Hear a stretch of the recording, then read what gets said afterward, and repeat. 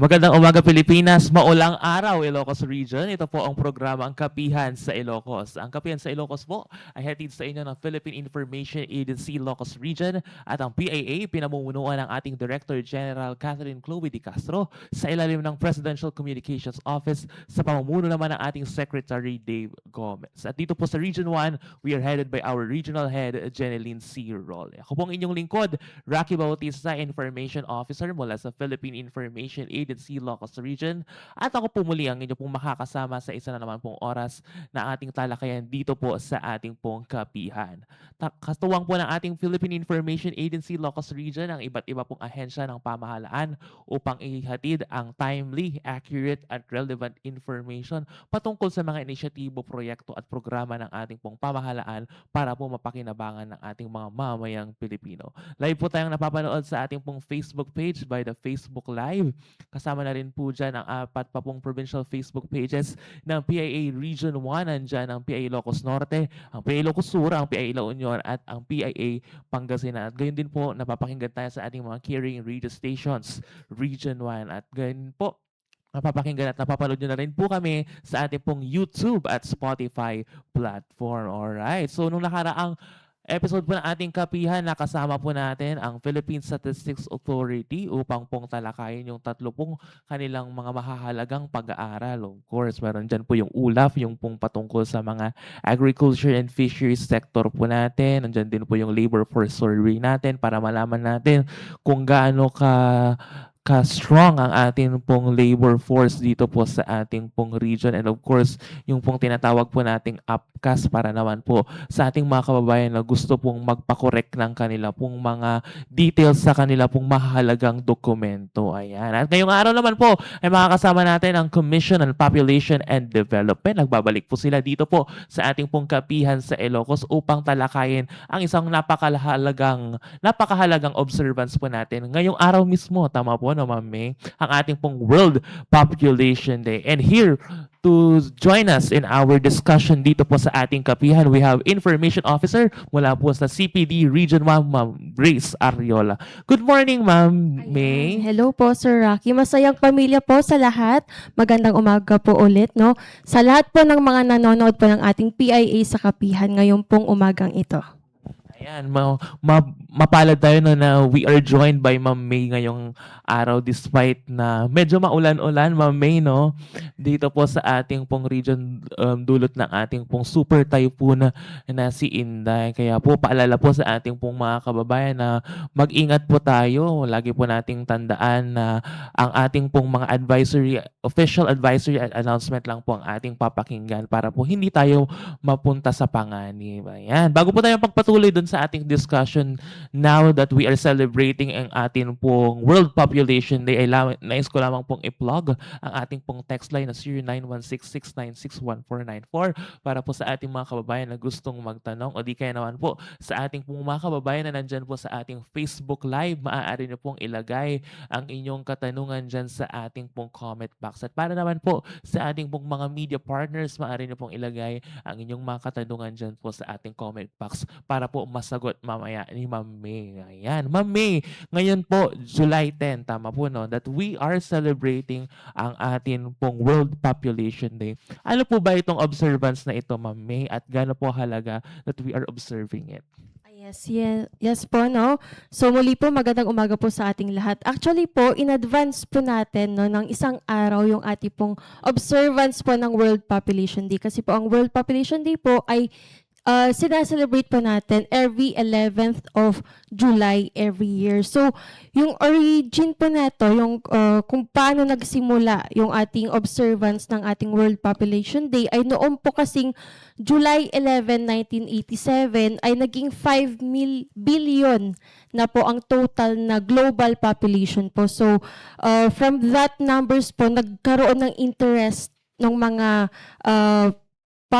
politicians natin, mga local leaders natin, no, paano nakaka-impact yung mabilis na pagtaas ng ating populasyon sa ating overall na development. So from that day on po, na doon na po nag-start yung observance po natin ng ating World Population Day. And yung pinaka-aim nga po ng ating observance is to raise awareness nga po sa mga pressing na mga population and development issues natin, no, dito sa buong bansa, and especially po dito sa ating region, sa Ilocos region, which mga pressing issues natin like the adolescent pregnancy, yung sa mga out-migration po natin, and also yung increasing po na population po ng ating mga aging or yung mga senior citizens po natin dito sa Region 1. And for this observance po, for this year na World Population Day po, ang ating pong focus or yung ating tema ay realizing the hopes and aspirations of young people for their future. So ito pong tema po natin ay nakaangkla sa focus ng ating 2026 State of the World Population Report, na kung saan ina-examine niya how young people navigate yung realities ng isang fast-changing na mundo dito. Ayan po. Maganda pong balita po yan, no, ma'am. Pero meron po ba, can you give us an idea, ma'am, kung ilan na ba ang population trend natin ngayon as of the moment dito po sa region in the whole Philippines po? Yes po. Ang meron po akong nadatos, no, sa Region 1 po, as of July 1, 2024, ang total na population na po ng ating region ay 5,342,453. And out of this po, no, ay 18.7 na po ang total na population naman po ng ating mga kabataan, which is the focus po ng ating World Population Day po ngayon. Magandang ano yan, no, ma'am, na ini-emphasize natin yung contributions and roles ng ating mga kabataan. Pero speaking with that, ma'am, gaano kahalaga that yung pong sinesenter natin yung ating celebration dun sa role at contribution ng ating mga kabataan in population po? Yes po, yun nga po, di ba, 18.7 yung total na population ng ating mga kabataan. With that numbers, so parang 1 million, no, out of the 5 million na total na population ng ating region is, di ba, ang mga kabataan, sila, kumbaga yung next generation, sila yung tinatawag ni Rizal na pag-asa ng bayan. So kung naging maganda po yung transition nila from childhood towards adulthood, then maganda rin po yung maging future ng ating region. Kasi if naging maganda yung kanilang pagiging transition nila towards adulthood, syempre maging productive na citizens po sila dito po sa Region 1. So with this, we need to invest, no, yung sa kanilang healthcare, education, para mas maging maganda po yung kanilang future. Ayan, ang ganda-gandang pong paliwanag po yan, no, ma'am. Because gaya nga lang nasabi natin kahapon doon sa press conference ng DepEd na kung ang bata binibigyan natin ng edukasyon, hindi lamang basta edukasyon, kundi quality education, ay mas makakapag-contribute sila doon sa atin pong nation building na isang well-educated na Pilipinas na ina-aspire po natin. Tama, no, ma'am? Pero syempre, kailangan din po nating alalahanin yung pong problema natin, of course, dito sa ating pong mga kabataan, dahil meron pa rin po tayong trend when it comes to dun sa teenage pregnancy po natin. Gano'n po kahalaga na we are also looking into this problem para po ma-identify natin yung gaps, para pag na-identify po natin yon at gumagawa po tayo ng paraan from the side of CPD. Yes po, yun nga po yung issue, no, one of the pressing issues pa rin po ng Ilocos region nga po yung increasing na trend po natin ng ating adolescent pregnancy. Though bumababa yung cases ng adolescent pregnancy among our 15 to 19 years olds, ay increasing, no? Nakakasad po kasi increasing po yung cases po natin ng mga age group ng 10 to 14 na mga kabataan. So yung mga younger adolescents po natin. So base po sa ating datos sa 2025 National Demographic and Health Survey, tumaas po yung trend po natin sa ating teenage pregnancy. Same din po yung sa case with the Philippine Statistics Authority, Civil Registration and Vital Statistics, mula po doon 'no na datos ay nag-increase din po 'no yung trend ng mga kabataan natin na mga edad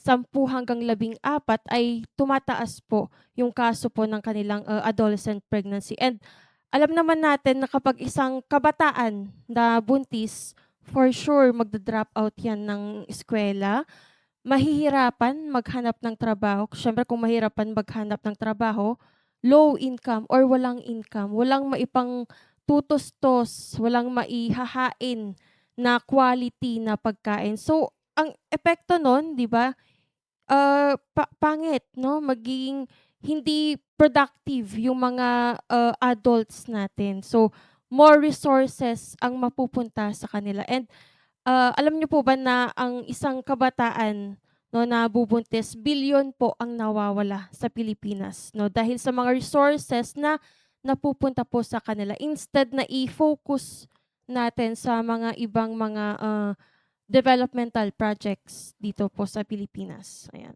Na 'yan ang sad reality po Mm, natin 'no, ma'am. Pero in fairness naman po sa ating CPD po na meron tayong ginagawa talaga para po ma-address yung mga mm. issues na 'to. And with that po, can you share us po, ano po yung mga intervention na ginagawa ng ating pong Commission on Population Development, especially here sa Region 1 dahil nga nasabi niyo kanina, Mm. Ma'am May, na meron tayong increasing trend when it comes to teenage pregnancy. Yes po, ang ating pong gobyerno ay ipinasa po noong June 25, 2021 ang ating Executive Order 141 or yung Adopting as a National Priority the implementation measures to address the root causes of the rising number of teenage pregnancies. And mula po dito ay meron po tayong 5 strategies. Unang-una po, ang ating pong reproductive health education or known noon na yung ating pong comprehensive sexuality education. So dito po 'no, as early as mga kinder,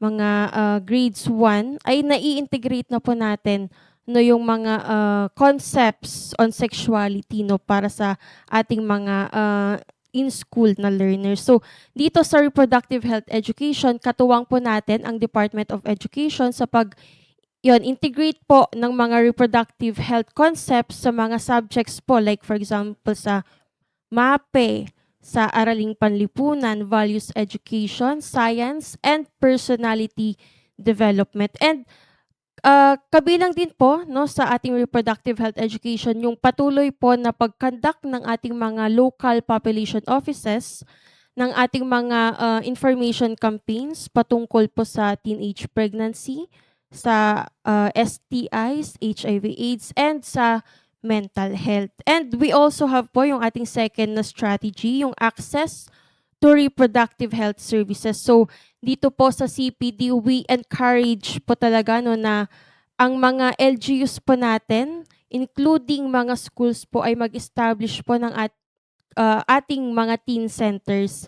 And nakabilang na po dito yung ating information and service delivery network. Ito po kasing teen centers, youth hub po siya. So, learner, an adolescent can go there to not just access information, but he or she can also access trainings, skills, mga services. So if an adolescent goes to teen center, he or she would like to access gusto niya magkaroon ng trabaho or livelihood, we could refer him or her sa ating local na TESDA for skills training, sa ating PESO or sa ating DOLE for mabigyan siya ng livelihood or ng skills training. Ayan po. And third po na strategy, we have measures against sexual abuse. So, kapartner po natin dito ang ating PNP, ang ating social welfare, to ensure na yung mga measures natin against sexual abuse ay naipapatupad. Ayan po. And pang-fourth po, we also have the socio-economic development interventions. Dito rin po, yun, through our ISDN, ay naibibigay po natin yung mga needs ng ating mga kabataan when it comes sa, yun nga, sa employment, sa skills training. And eto rin po, meron din pong programa po ang CPD. We have the Pagkalinga program, wherein we give conditional financial assistance po sa ating mga adolescent mothers and their families. So in exchange for this item or financial assistance, we encourage them na mag-attend ng kanilang school, mag-enroll yung kanilang mga kids, magpa-check up once a month. And yun po. And last na strategy, we have the youth participation and development. So dito naman po ka-partners po natin yung SKs po natin, mga Sangguniang Kabataan and mga local youth development offices to i-implement po nila yung mga youth-led po na mga initiatives po nila. Ayun po. Ano yung mga nabanggit nyo, no, Ma'am May, na mostly doon sa mga programa natin ay pinapartner talaga natin sa iba't ibang ahensya ng pamahalaan. Yes. And of course, we are focusing dun sa preventive measures kasi nga kapag the more na binibigyan natin ng attention yung preventive measure, mas maiiwasan talaga natin yung root causes ng ating pong teenage pregnancy. Gaano po kahalaga na meron po tayong mga intervention na to, lalo na dun sa sinasabi natin kayo na dinadala natin yung information education campaigns natin dun sa mga schools po natin.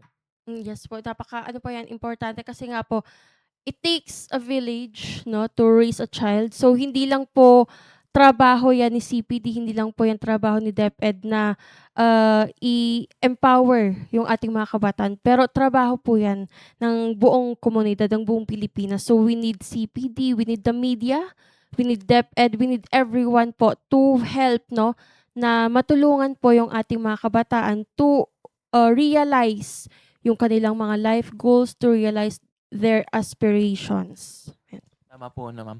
At isa pa yung dun sa nabanggit nyo, Ma'am May, kanina, ay yung access natin dun sa reproductive health natin, yung teen centers. Yes po. Gano'n po kahalaga na we are putting such projects po down to the local government units, lalo na dun sa mga barangay or yung ating mga SK teen centers na meron tayong ganito para at least mas madaling malapitan ng ating mga kabataan po.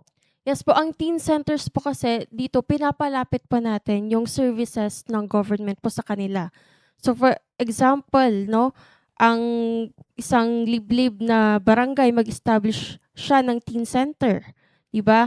Hindi na niya kailangan pumunta sa syudad to access yung mga services na kinakailangan po niya kasi meron na po tayong teen center. And ang kagandahan po ng teen center, we have po the referral system. So whatever needs ng isang kabataan ay pwede po natin siyang mai-refer sa kinakailangan po niya or sa appropriate po na agency.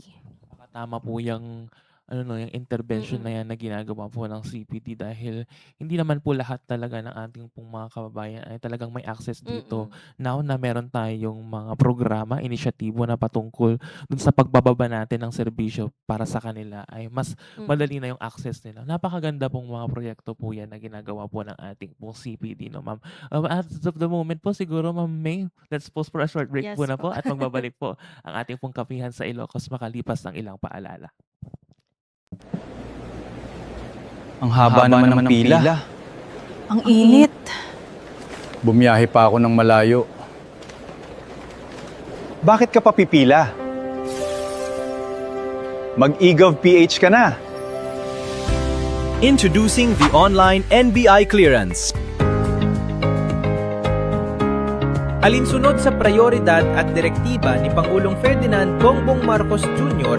na tayakin ang mabilis, episyente at madaling akses na serbisyong pampubliko para sa bawat Pilipino, patuloy na pinalalakas ng pamahalaan ang digital transformation sa pamamagitan ng eGov.ph Act upang maging mas mabilis, mas ligtas at mas maginhawa ang paghahatid ng mga serbisyo ng gobyerno. Dahil ang bawat Pilipino ay nararapat sa serbisyong pampubliko na mabilis, ligtas at madaling ma-access. Bilang bahagi ng inisyatibang ito, patuloy na isinusulong ng National Bureau of Investigation o NBI ang digital transformation sa pamamagitan ng integrasyon ng NBI clearance system sa eGov.ph Act. Ngayon, maaari ka nang mag-apply ng NBI clearance gamit ang iyong mobile phone. Buksan ang inyong eGov.ph app. Sa search bar, itype lamang ang NBI at piliin ang NBI clearance. Para sa renewal, suriin ang inyong mga detalye, pangalan, petsa ng kapanganakan at address. Siguraduhin tumutugma ang mga ito sa inyong valid ID. Pagkatapos, lagyan ng check ang pahintulot sa data privacy at pindutin ang renew clearance. piliin kung paano ninyo nais matanggap ang inyong clearance. Maaari itong ipadala sa inyong address sa pamamagitan ng door-to-door delivery o kunin ng libre sa pinakamalapit na NBI Clearance Center. Kung pipiliin ang delivery, ilagay ang inyong pangalan, numero at kumpletong address at itakda sa mapa ang eksaktong lokasyon kung saan ipapadala ang clearance. Susunod, piliin ang inyong paraan ng pagbabayad. Maaaring GCash, Maya, bangko o over the counter at bayaran ang kaukulang halaga. Kapag nakumpleto na ang bayad, bibigyan kayo ng reference number kasama ang QR code. I-save lamang ito para sa inyong transaksyon.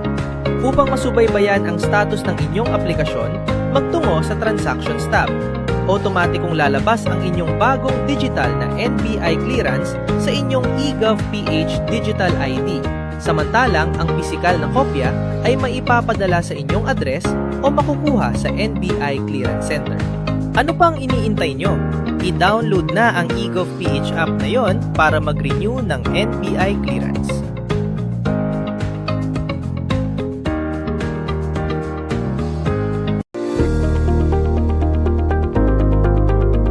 Alam mo ba, madali lang magbayad ng iba't ibang bayarin sa BSP. Paano? Simple lang. Magbayad gamit ang QR page code, debit o credit card. Madali nang gamitin, wala pang fees. Kung mag-walk-in sa BSP store para bumili ng mga merchandise gaya ng commemorative banknotes and coins, payong, handbag at iba pa. Scan lang ang QR page code ng BSP gamit ang inyong bank o e-wallet app at i-approve ang transaction. Done! Kapag credit o debit card naman, itap lang ang card sa POS terminal. Done! Kung sa online BSP store naman, pumili lang ng mga merchandise items, tignan ang cart, at sundan ang checkout process hanggang payment. Kung QR page ang pinili, i-scan ang QR page code ng BSP gamit ang inyong bank o e-wallet app at i-approve ang transaction. Done! Kung debit o credit card naman, i-type ang card details, i-tick ang reCAPTCHA box, click Confirm and Pay, at i-encode ang OTP na ipapadala ng gamit ninyong bank o EMI sa inyong registered number. Done!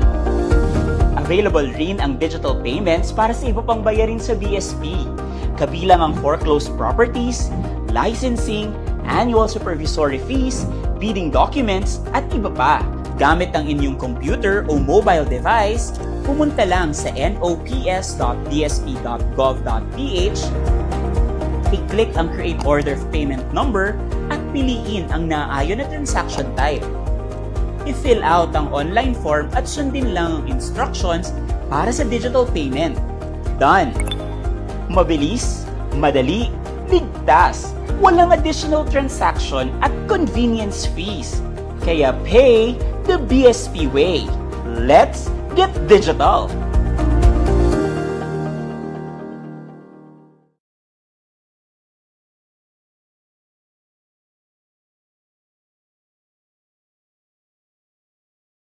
Ating pong programa, ang Kapihan sa Ilocos.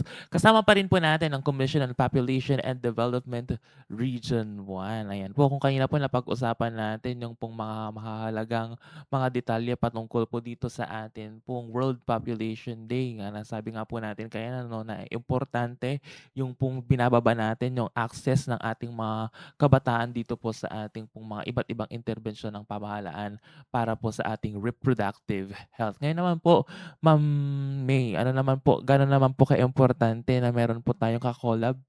Yung partnership natin ay malakas doon po sa mga lokal na pamahalaan.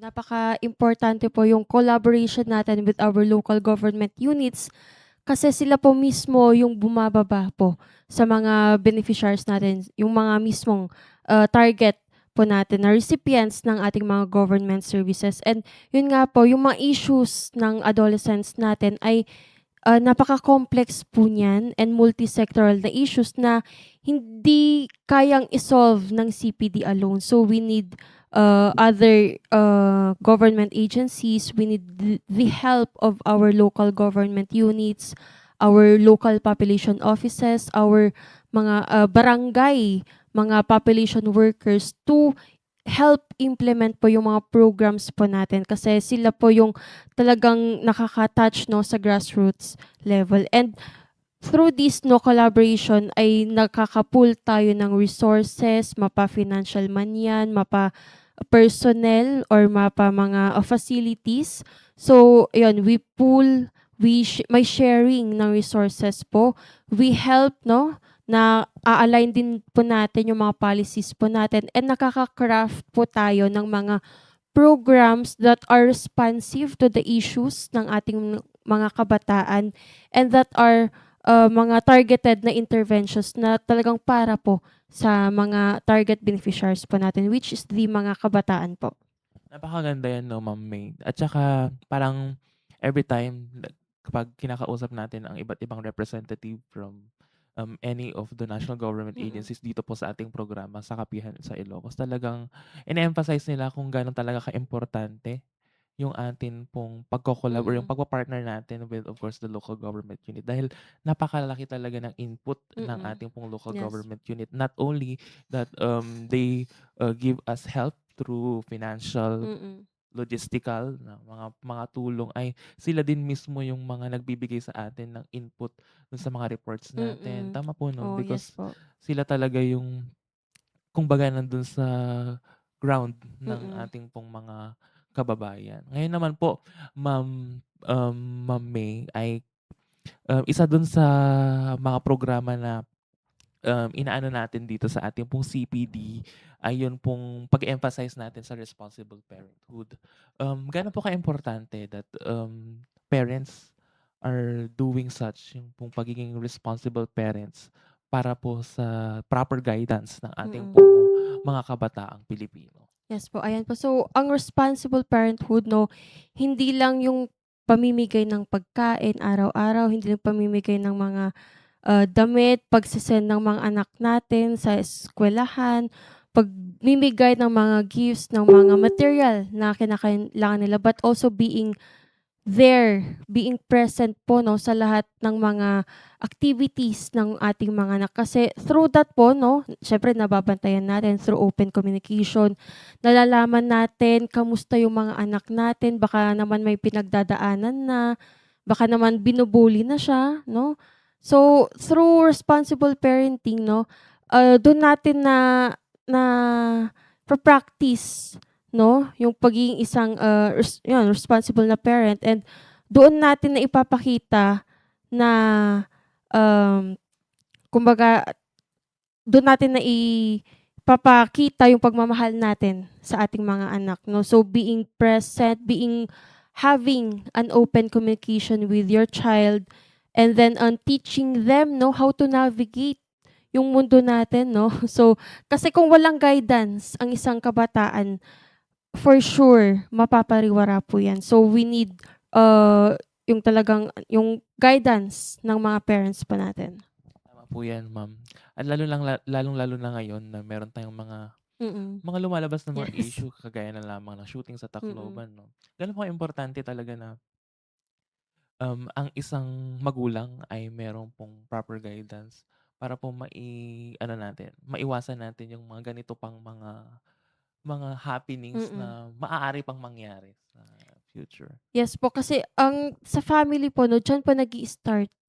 No, diyan nag-i-start na form yung identity ng bata. So, kung naging maganda yung interaction niya with his or her family, naging maganda yung pagpapalaki sa kanya, natutunan siya ng mga mabubuting asal, alam niyang rumespeto, alam niya yung gagawin niya kung ganito yung ginawa sa kanya, ngayon magiging maganda, no, yung pagiging transition ng bata, no, from childhood towards adulthood. So kung ganun po yung mangyayari, magiging productive, magiging successful, kumbaga yung kabataan natin, yung citizen natin.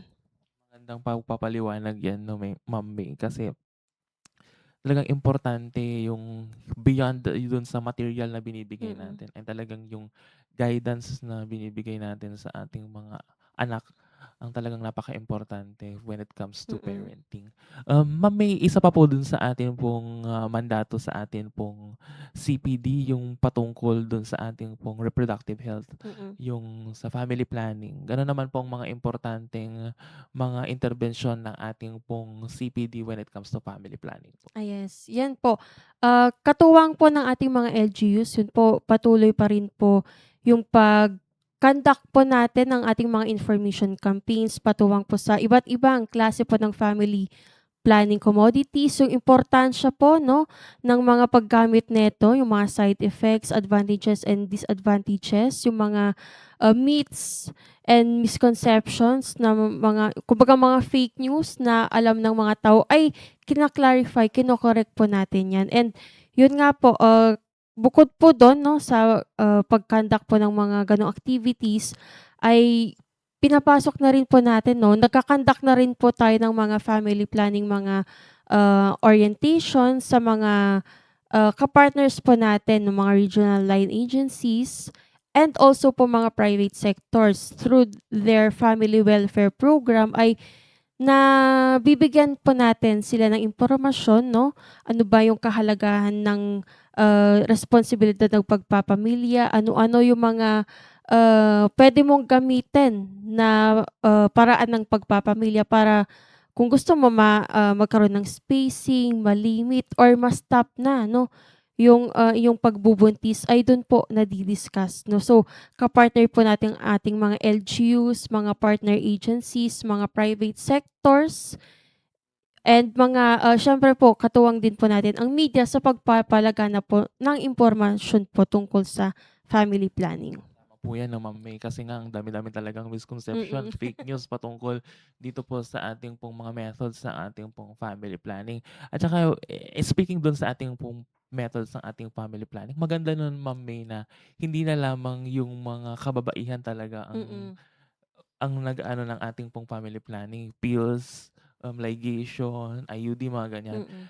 Pati ang ating mga kalalakihan Yes talagang po. nagse-step up na rin sila when it comes to family planning, such as yung ating pong vasectomy, Mm. yung ating pong pag-use ng condom. Gaano po kahalaga na meron pong talagang input ang ating mga kalalakihan when it comes to family planning Yes po. as such? Ang family planning po ay hindi lang po yan trabaho ng mga kababaihan, kundi may part din po ang mga kalalakihan. Ang laking part po kasi nila, no, sa between a couple, no, dapat it takes two to tango po kasi. So, hindi lang babae, dapat may part din po ang mga kalalakihan. So, yun nga po, unfortunately, dito po sa Region 1, mababa po yung cases or numbers po natin ng mga kalalakihan po, no, na nagpapa-vasectomy. So, ayun, kung may mga kakilala po kayo na gustong pong mag-undergo, no, ng vasectomy, ay just contact CPD Region 1 po, no. I-refer po namin po sila sa proper authorities for them to avail po yung vasectomy. And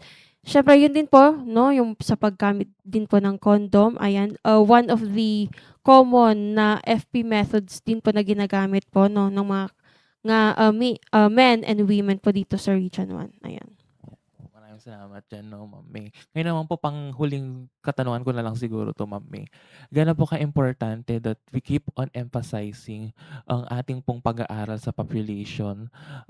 Gaano po ka-importante that pinag-aaralan natin to in relation dun sa growth natin at economic performance ng isang bansa? Yes po, napakahalaga po, no, na alam po natin yung numbers po natin, no, kasi through yung ating pong datos sa ating pong population, alam po natin kung saan natin i-focus yung ating mga resources.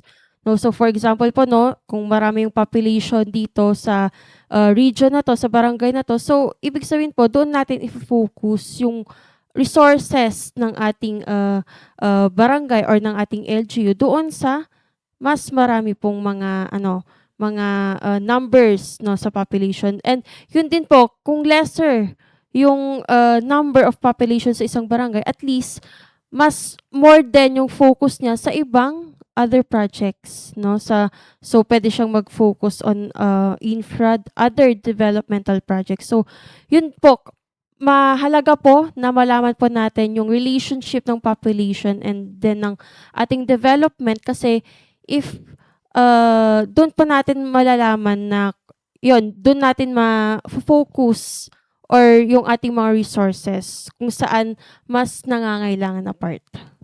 Sama dyan, Ma'am May. At ngayon naman po, siguro hingin na po natin ang closing message po ng ating pong nakasama ngayong hapon, umaga pong ito, Ma'am May Grace Ariola, Information Officer mula sa CPD Region 1. Ayan. So, muli po, kami po ay nagpapasalamat po sa PIA Region 1. No? So, ang World Population Day po is not just a reminder of managing of our population, but also, it's not just about numbers, but it's also about the lives of the people. So, we need to focus, we need to refocus no, on helping our youth, our adolescents to realize their aspirations by investing on their healthcare, education, and reproductive choices. So, on behalf po of CPD Region 1, we thank again PIA Region 1 for having us to this kapihan sa Ilocos. So, if you have family planning needs or any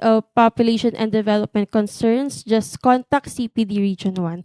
So, muli po, salamat at magandang araw po sa ating lahat.